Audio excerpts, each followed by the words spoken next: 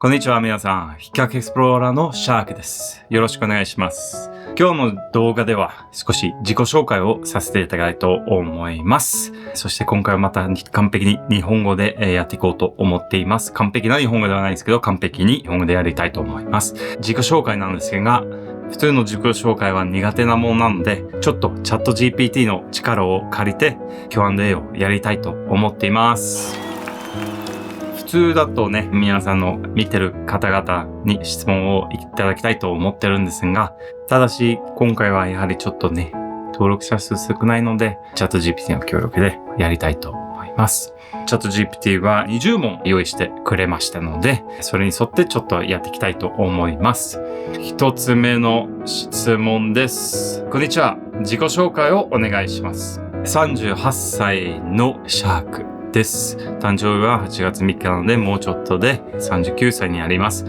出身はオランダです。日本は12年間ぐらい滞在しています。今後も日本には住み続けるつもりでいますので、ぜひ今後ともよろしくお願いします。帰化の申請の方も今後、やっていこうと思っていますので、ご応援をよろしくお願いします。よろしいですか？では第2問ですが、なぜ飛脚エクスプローラーという名前にしたんですか？主にランニング動画を、テイクしたいなというふうに思ってたんですが、昔の江戸時代にもね、飛脚というものがいたので、動画を通じて様々な人々にメッセージを送りたいというところで、飛脚なんですよね。ただし、結構探検するのが好きなんですよね。昔からでもインディ・ジョーンズとか好きだったんですけども、やはりその知らないところの方に行ってどういうところが見れるのかっていうところが、もう昔から結構関心を持ってたんですよね。ただ、ビビり猫だったので、何も山のこと知らずに、いたので、なかなか聞けなかったんですけどね。トレーラーのおかげでは山の方にも行けるようになって、自分の足を使って、探検していくのが一番いいなというふうに、思いましたので、飛脚エクスプローラーという名前にしました。はい、第3問、どこに住んでいますか？普段どこで走ってるんですか？長野県内に住んでいます。城山公園というところもあるし、アルプス公園、岸坊主とかいろんな繋がっているので、ちょっとロードも出てきますが、結構そこは気軽に朝でちょっと走れるようなところである気に入っています。街はあまり走っていないですね。やっぱ信号機とか、コンクリートとか、アスファルトとか、車とか、そんなに好きじゃないので、それがない場所の方を走りたいとよく思っています。第4問。日本語が上手ですが、どこの出身ですか？すごい優しいね。日本語が上手ですねって、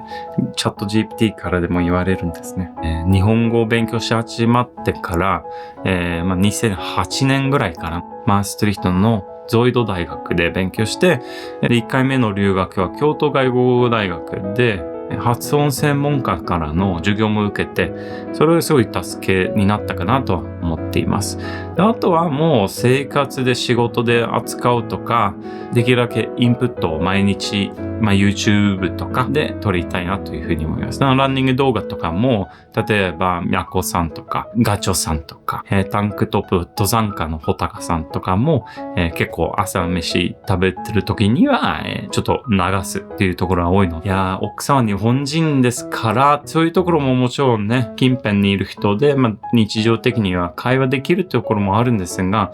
ただ例えばね、1日の時間で言うと、8時間勤務が基本じゃないんですか。そういうところで8時間、その言語に触れる機会が作れるのであれば、もちろん奥さんの時間が、それよりよっぽど重要なんですけども、短いんですよね。なので、結局その職場の方でどれぐらいその日本語を活かせるかというところも重要かなって思います。文章を書いたり、読んだり、説明会で話したり、いろいろ入ってきます。そういうふうにね、日本語を上達してきたなとは思います。5番目。いつからランニングを始めましたかっていう質問ですね。はい。ランニングは、2017年から始まったんですけども、その時はもう本当に自分はそもそも500メートルも走れないっていうような認識でいたんですよね。その時にちょっとイベントに参加して、コースが6キロぐらいあったんですが、6キロで500も走れないと思ってる人ね。ただしコースは知らない。で、どこにいるかもわからない。とりあえず頭をゼロにしてついていくしかないっていうところを持っていって、それで走り切ったんですよ。その時に6キロを結局走れたわけじゃん。それだったら一人でも5キロ走れるに違いないんですよね。そこから走り始まったんですが、6番目の質問。フルマラソンを知ったことありますか？松本マラソンを2回走りました。で、1回目は4時間44分で、2回目は4時間28分取り消しです。松本マラソンは1回だけですよね。で、2回目のフルマラソンは大町マラソンだったんですよ。大町マラソンは走って2年目ぐらいだったんですけど、まだランニングの負担とかよく分かっていなくて、その前の週末に1400、1900ぐらいの上りのあるようなランニングをして、40キロちょいのランニングをしてしまって、翌週にフルマラソンというようなバカ行動をやってたので、怪我して最初の10キロで棄権しようかなと思ってたんですが、結局走り切れて、で4時間28分になったんですね。今後にはフルマラソンを走る予定は今のところないですが、もしかして来年度に長野マラソンとかに試しでどれぐらいの時間取れるか、をやっていきたいなというふうに思います。はい、7番目の質問です。山を走るのが好きな理由は何ですか？いろいろあります。一つは変化がある。普通のロード走ってるともうずーっと先が見える時もよくあります。トレイルだったらずーっと先が見えないことが基本です。ぐにゃぐにゃになるような道でもあるし、ただこういう風なアップダウンもあるから、何が次にあるかっていうところがわからないのが一つの楽しみ。二つ目は同じようなところ変化があるところなんですけど、足の負担とか、上りのきつさとか、上りの楽しみっていうきつさもあるんですけど、そしてその後の下りの楽しみとか、平らの景色を見ながらとか、足元の踏み具合とかを気をつけるとか、そういうような、子供的な遊びの要素が入ってるから楽しいなというふうに思っています。あとはもちろんね、普通に自然の中でね、空気が綺麗とか、毎日やっぱコースが変わるっていうようなところもあるんですよね。街の中走ると、基本的に毎日一緒なんですよね。ただ山で走ると葉っぱの具合とか、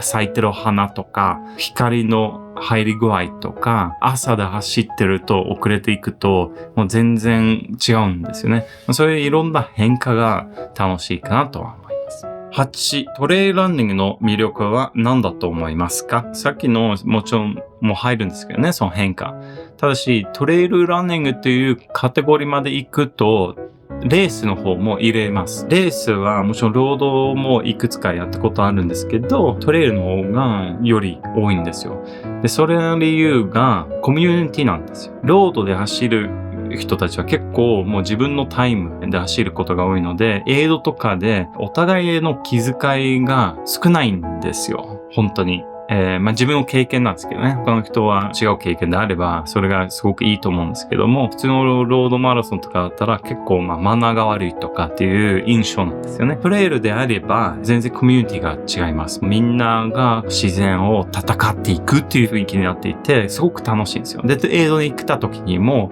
スタッフの人たちもそうですし、他のランナーと一緒に話すのも結構楽しいなと思います。で、あと、ランニングの時には、やはりその下りとか、上りとか、そのすれ違いとか譲り合いの気持ちがあってすごくいいなというふうに思っています。9番。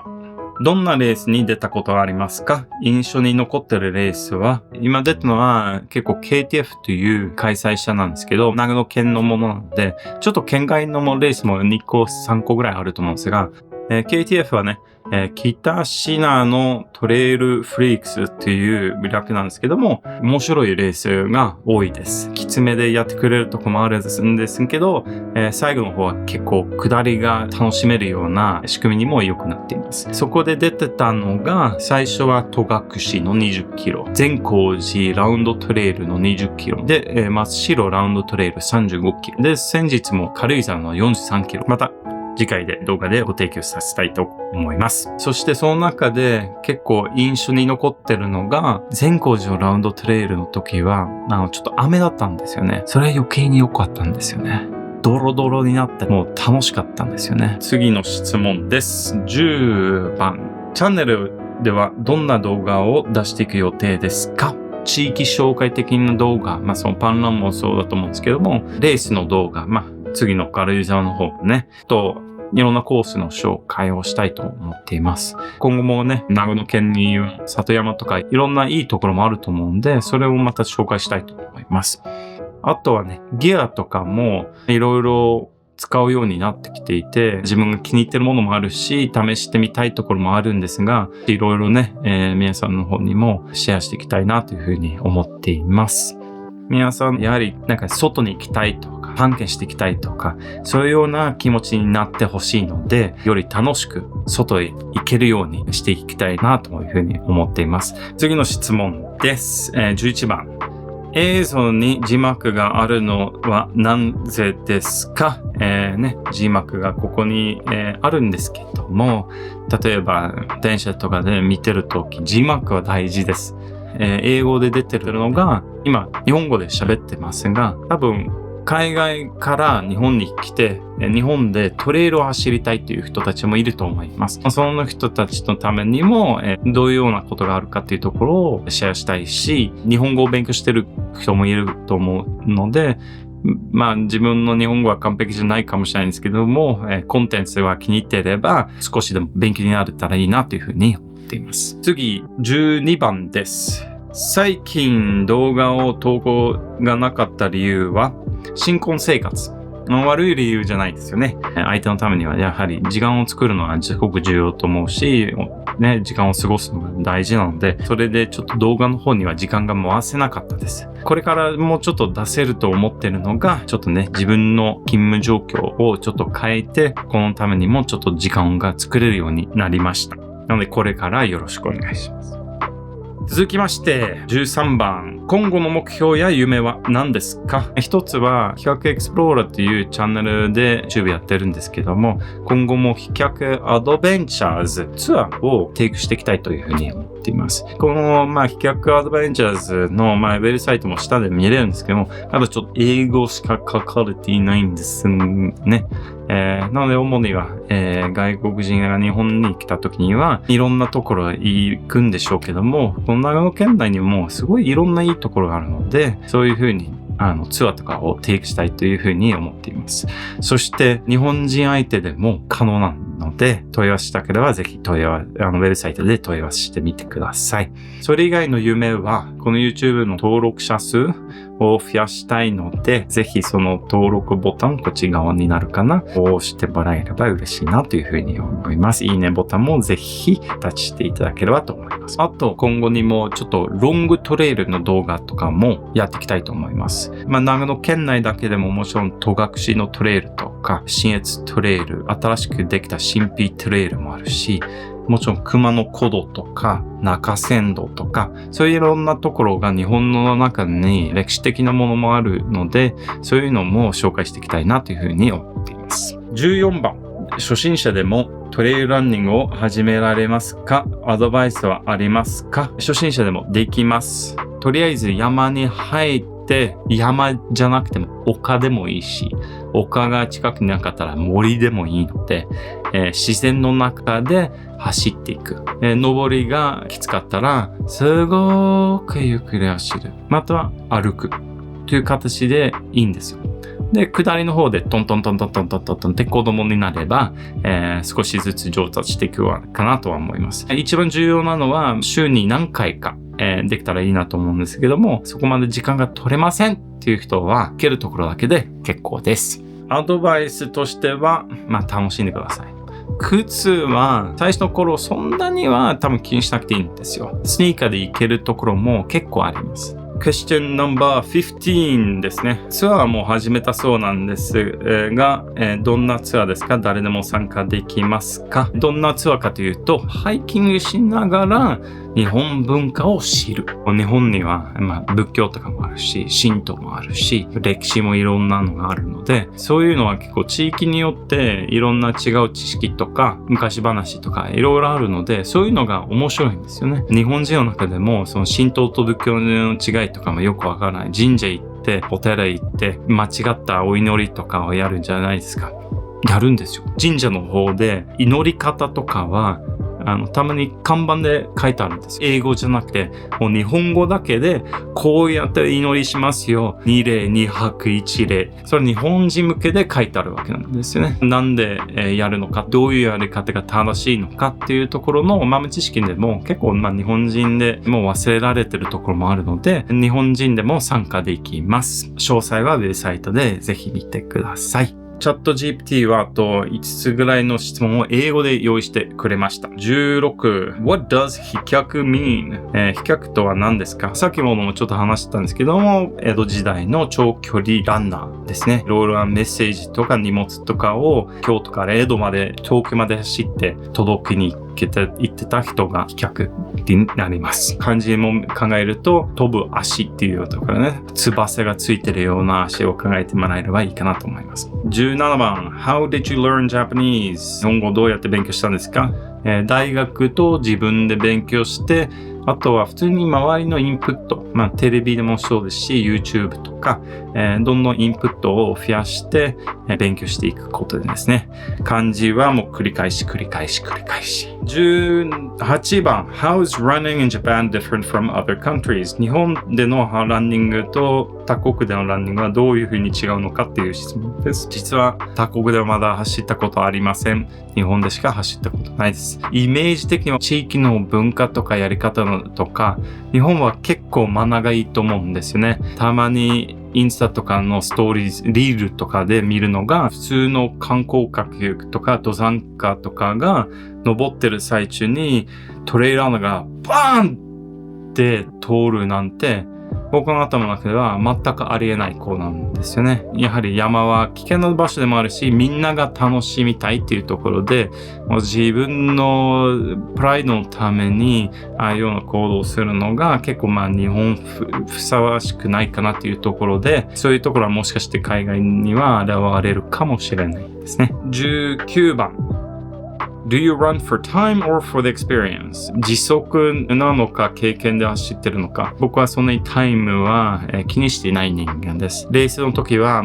上の半分に入れば、上の3分の1に入ればとかっていうような気持ちはあるんですけど、トレイルはね、ここまで20キロだからこのタイムがいいとかっていうのがないんですよね。フルマラソンはどれぐらいのタイムで走れるかっていうところは試したいんですけど、もうこのタイム走れるためにこういうようなトレーニングをしますはない。